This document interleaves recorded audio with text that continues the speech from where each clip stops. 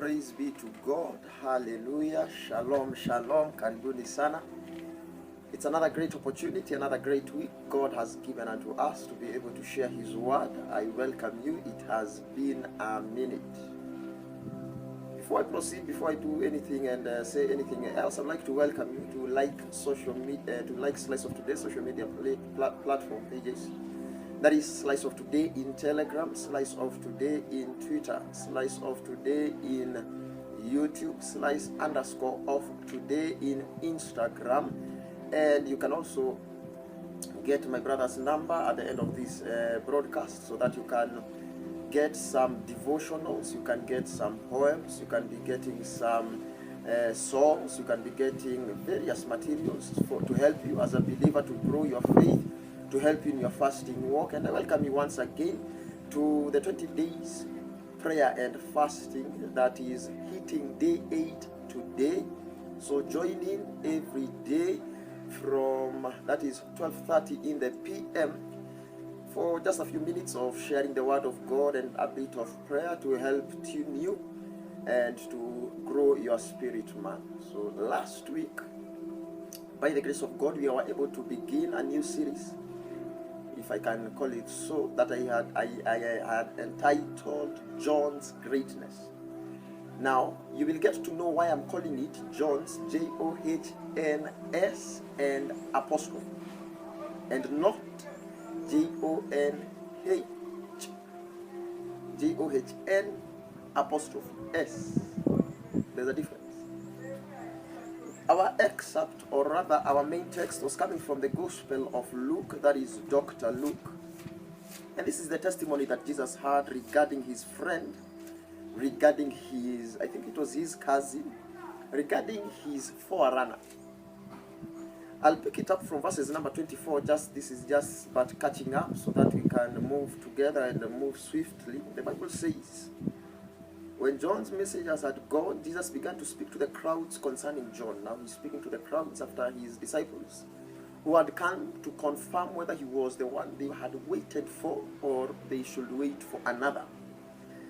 What did you go out into the wilderness to see? A reed shaken by the wind? What then did you go out to see? A man dressed in soft clothing? Behold, those who are dressed in special splendid clothing and live in luxury are in king's court. What then did you go to see? A prophet? Yes, I tell you, more than a prophet. This is he who it is written, behold, I send my messengers before you, before your face, who will prepare your way before you. I tell you, among those born of women, none is greater than John. Yet the one who is least in the kingdom of God is greater than he. Listen, Jesus is giving two comparisons, two extremes to compare for you. And he's asking, je, ulipokuwa unaenda kutafuta huyo mtu fununu ambazo unasikia kumuhusu John the Baptist, the one who lives in the wilderness, dressed funny, eats funny food, it is just living in a peculiar place. Now, when you heard about him and you went to seek him, when you went to look for him, whom did you expect to see? He's giving two extremes here. And I was saying, he's asking, did you go to see, did you expect in your heart to see somebody like a weed, ni kama kamea kana chapwa na kaupepo hivi, something iliyodhoofika? I'm tempted to use that phrase. Something just, I don't know whether you have seen some people who are very ill, very sick in hospital. They are almost, as in ukiwaona, if I can use this phrase, it is like death is knocking at the door. They're just, anytime, they can go anytime. They're just there. So he's asking, did you go to seek such a person? As in, ukiwa na your expectation, umesikia, there is a person doing some significant things, wacha nikaende kumtafuta. Now, what was the expectation of your eyes? What ni nini ungeona useme, nilikuwa najua nakaa hivi? He's giving another extreme, and he's saying, if you had gone to seek somebody who is in special clothing, somebody who is in luxurious clothing, fine tunic, fine linen, I think you could have gone to the palace. Then you could not have been disappointed, or it could have made more sense. Listen, ukipata mtu ambaye amevalia mavazi ya bei ghali na umpate kwa makazi ya mfalme, it makes sense. It is not out of the normal. But he's asking, when you are going to the wilderness, because you had a rumor regarding a certain Baptist, what was your expectation? When people hear about you, when people hear regarding you, when rumor is spread concerning you, what do people hear? I don't know how many of you have been like this. I've had people campaign and give such high credentials regarding a certain gentleman. Alafu, you are like, oh, what? I can't wait to maybe browse him. I can't wait maybe for him to come to our school. I can't wait maybe he's coming to visit you at home. And then you are like, wow, this Jama must be big. Maybe you are thinking to yourself, he has a lot of beards. Maybe you're thinking to yourself, maybe he has gray hair. Maybe you're thinking to yourself, maybe it's a musician. Maybe he's looking so artistic. His dress code is looking in a peculiar and artistic manner, in a musical manner. But when you come to meet him, you're like, I've remembered one time, I can't remember which forum. I was in a forum of, I was I was asked to chair a certain wedding committee for a friend of mine. And when the spouse, the fiancée, met me, she was like, my goodness, I've been hearing Mwangi. Now that I've met you, I'm shocked. I thought you are a big guy. I thought you are I don't know what. So I laughed. My mentor laughed. We met while in my mentor's office, and it was such an encounter and an experience. So yeah, I'm not passing time, but I want you to ask yourself that now. These are people who had a report. Remember that it was rumor that we'll read that in the Gospel of John, but people were hearing of him. He was significant. Kuna ikafika wakati watu wanaanza kusema, Yesu anabatiza wengi kuliko John the Baptist. As in, he was high, and then watu wanasema Yesu amepanda. So he was significant. He wasn't just anybody. And remember, during our last broadcast, I told you that one of the greatness of John the Baptist was when he was launched. It was after 400 years of silence. So it is very important for you to note that, for you to always remember that. It was after a significant period of time that there was silence. So when he came with a bang. So people wanted to know, hey, who mtu ni nani bana?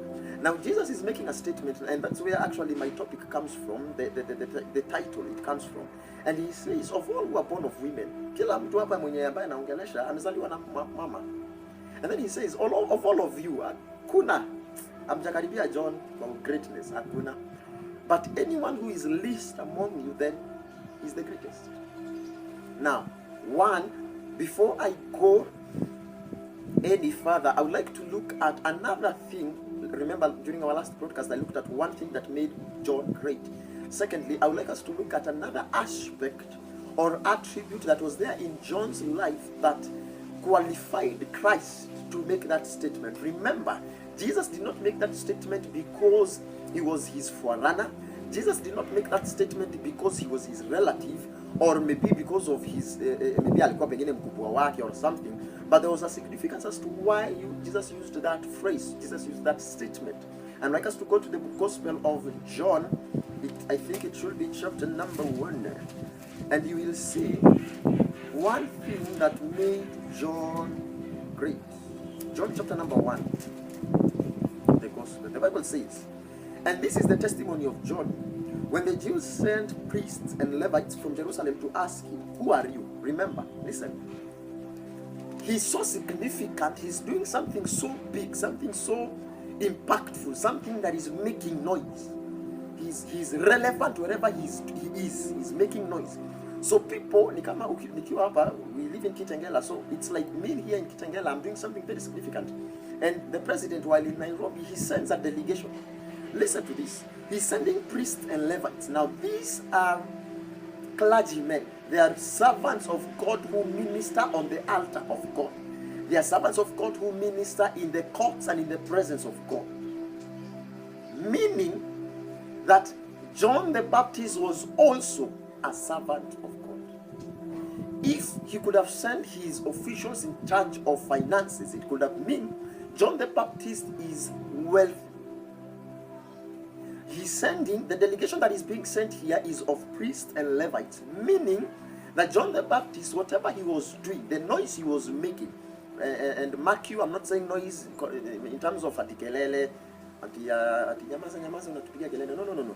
It was impactful. It was significant work that he was doing wherever he was. Now, as a delegation of priests and Levites is being sent to him. Number two, I'd like you to notice that your greatness will attract kings, will attract people from very many parts of the world. I'm reading a certain book, my course book for school, and it is saying that using technology, actually nowadays, doing something, you can think you are hiding. Maybe you say, maybe they are coming for our raw product.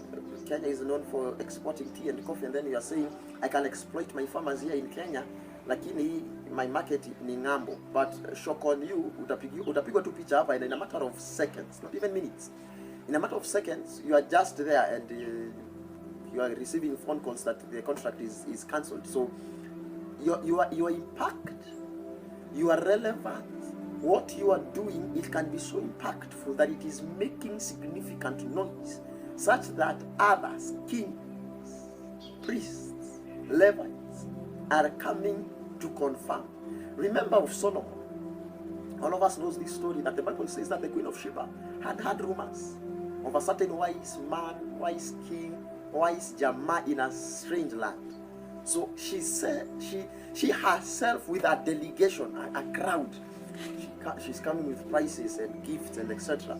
Now she's coming to hear and to confirm whether it's true. Now the same thing is happening here. Remember, the Queen of Sheba was coming to see the wisest man who has ever lived, and whoever live in those days. And we can confirm, and it was also the confirmation and the words that the Queen of Sheba spoke, that for sure what I had is not even close to what I have seen. The Bible says that she tested him in everything, and in everything he passed. And she gave this remark that, hey, kenye niliona nimesikia hata itakaribia kile ambacho nimeona. And we remember the list that the Queen of Sheba gives of what impressed her. Now listen. So this delegation is coming. So so those are two things that I would like you to pay close attention to. That number one, who was sent? Who was sent? It wasn't the finance committee. It wasn't the health committee. It wasn't the economic committee. It wasn't the CSR. It wasn't the army. It wasn't the any other department. It wasn't any other hospitality. At chakula chako ni kitamu sana. But it was priests and Levites. So, who are you? That is verses number 19. Hapo mwisho. Who are you? Who are you? Confirm to us. Give us a report that we can take back. The same way he sent his disciples. The Bible says, he confessed and did not deny, but confessed, I am not Christ. Let's get things clear. I am not Christ. And they asked him, what then? Are you Elijah? No. He said, I am not. Are you the prophet? And he answered, no. They are using their prophet. That's a definite article. He said, no. So they asked. They said to him, who are you? We need to give an answer to those who sent us. What do you say about yourself? He said, I am the voice of the one crying in the wilderness. Make straight the way of the Lord, as the prophet Isaiah said. He's confirming. Now they had been sent from the Pharisees. They asked him, then why are you baptizing if you are neither the Christ, nor Elijah, nor the prophet? John answered them, I baptize you with water, but among you stands one you do not know, even he who comes after me, the strap of whose sandal I am not worthy to untie. These things took place in Bethany across the Jordan, where John was baptized. Now he's saying, I'm not Elijah. He's saying, I'm not Christ. And he's saying, I'm not the prophet. Listen.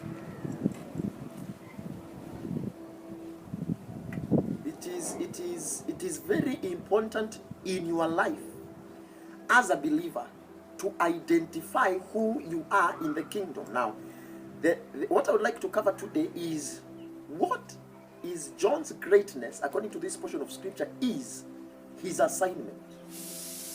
Your assignment here on earth, kile ambacho you are formed in your mother's womb to accomplish. Kile ambacho you were sent, wherever you were sent, wherever you are, to accomplish. It is your greatness. Not in achieving, not in becoming in becoming the second best. The Bible says,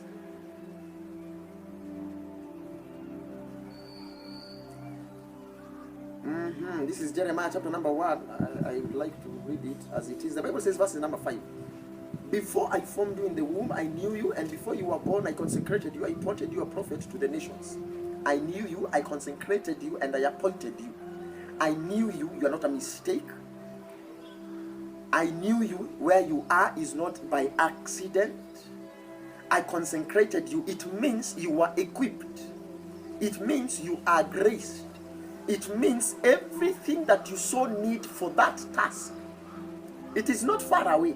It is not coming. You already have it. It is at your disposal. And he says, number 3, I have appointed you a prophet to the nations. Assignment. So number 1, you are not a mistake. Number 2, whatever you need, you have it. Number 3, your assignment is defined. It is definite.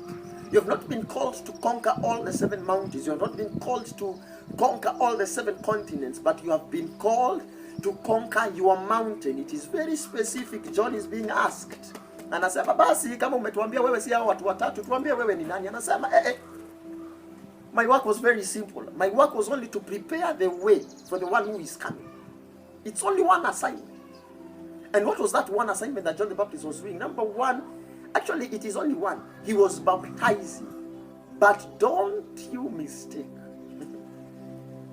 Some people say, maybe they see something is going amiss somewhere, and then they are like, well, I will stick and mind my own business. Remember, John is saying and is confirming that my assignment was very simple. My assignment was defined for me. I knew it hata nikiwa kwa tumbo ya mama yangu, when the wife of, when Mary came and visited my mother and I lived. I've known this.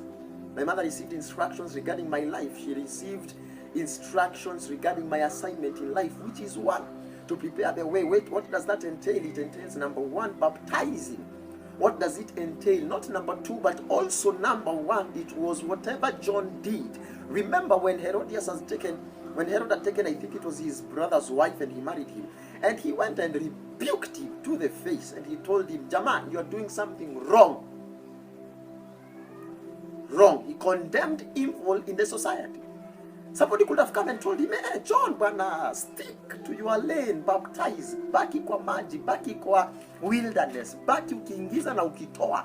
Mambo ya whatever is happening in the palace, mambo ya governance, mambo ya leadership of our nation, wachana nayo, but it is false. You might think you have been called to make profit for that organization, irrespective of what is happening around the organization, but it is not true. You might be thinking to yourself that somebody is just being harassed in the streets, and you are like, my goodness, I am headed somewhere actually on the, when you come to think about it, I am late, etc., etc. No. Your assignment is 1. Your work is 1. And it entails all that, not just the one. So John's greatness was that he knew his assignment. He stuck to his assignment. He performed his assignment. Remember, he says, there is one among you, hata nyinyi hamumjui. Himself, he didn't know him. He was revealed to him when he came, and he performed his task. The only time you are allowed to die, the only time you are allowed to rest, is when you have finished your assignment. The moment John finished his assignment, it was well done, well done, well done, well done. When doubt creeps in,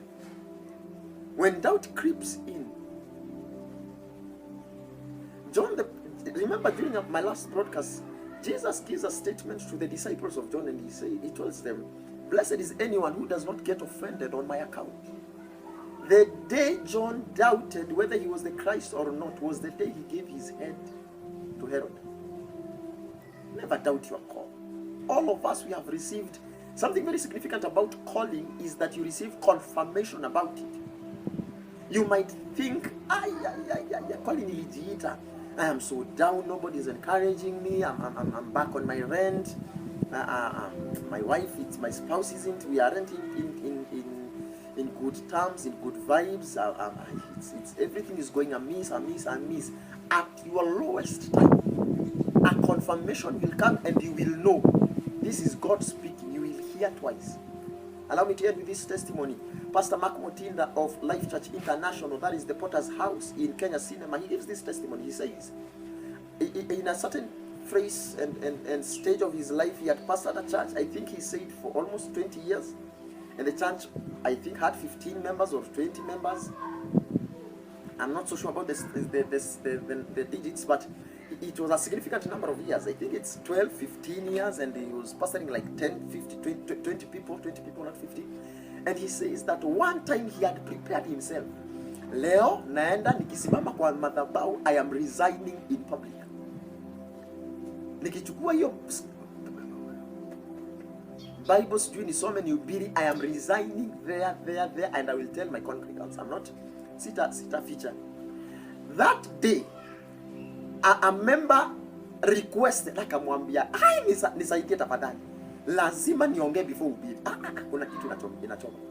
Akamwambia, basi you can give your testimony. He says, God told me, Pastor, hakuna kama wewe, endelea na hii kazi, usikufe moyo, tunakupenda kama washirika.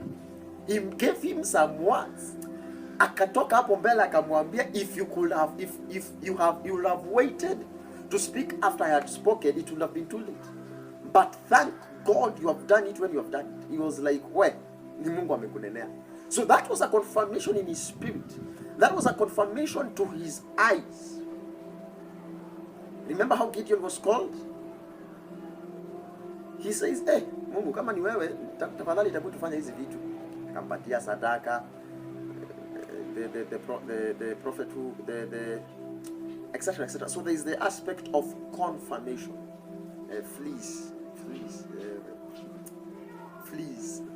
That might sound like pests and parasites. Cotton wool, akasema, isiwe na maji, iwe na maji, etc. So God confirmed it at times. Your ministry, your call, your assignment. I'm not talking even about ministry only. It could be regarding your career. It could be regarding your spouse. It could be regarding your education life. It could be regarding your career. You are like, I'm torn between law and maybe medicine. I don't know what to take. All of them are good. I've qualified for both. I'm interested equally with both. And you're like, what will I do? I need a confirmation, and God will come and very clearly, and He will speak to you confirming it. And that will be your greatness. Performing your assignment. Praise be to God. Praise be to God. And that was John's greatness. Shalom, shalom. God bless you.